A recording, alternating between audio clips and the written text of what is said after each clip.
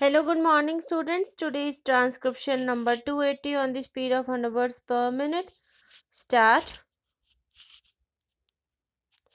Sir, the position regarding extradition of fugitive criminals from this country was covered originally by three statutes, two of them of the British Parliament, the Extradition Act of England and the Fugitive Offenders Act of England, and the third, the Extradition Act of India, which has regulated the procedure governing extradition from this country.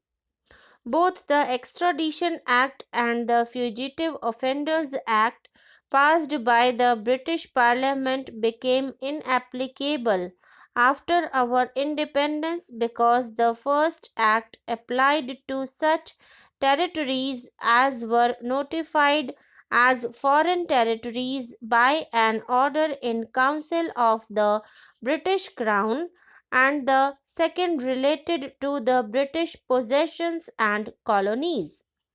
The Supreme Court held that the Fugitive Offenders Act did not any longer apply to this country.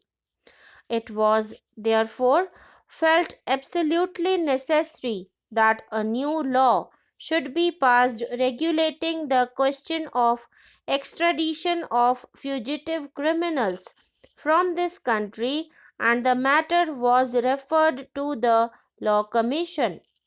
The government received a report from the Law Commission on the basis of which the present bill has been framed. The scheme follows mainly one pattern in substance, though in regard to the question of procedure for countries which are not Commonwealth countries and Commonwealth countries which are notified as such and as offering an arrangement for extradition of criminals with the Government of India. The procedure is a little different, though, again, in substance it is the same.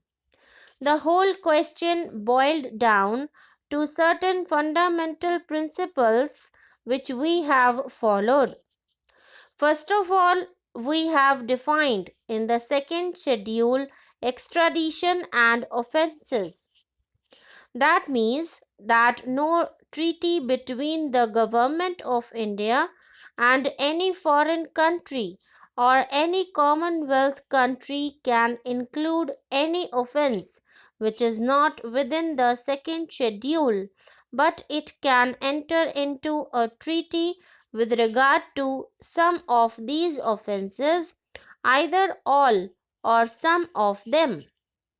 With regard to Commonwealth countries, if the Government of India come into an arrangement with any Commonwealth country and such an arrangement is notified and Chapter 3 is notified as being applicable to that country, then the procedure prescribed in Chapter 3 will apply to such a Commonwealth country. That means there is no automatic application of this act with regard to any foreign country or with regard to any Commonwealth country. There must be a prior notification applying in either case, Chapter 3 or other chapters in any case.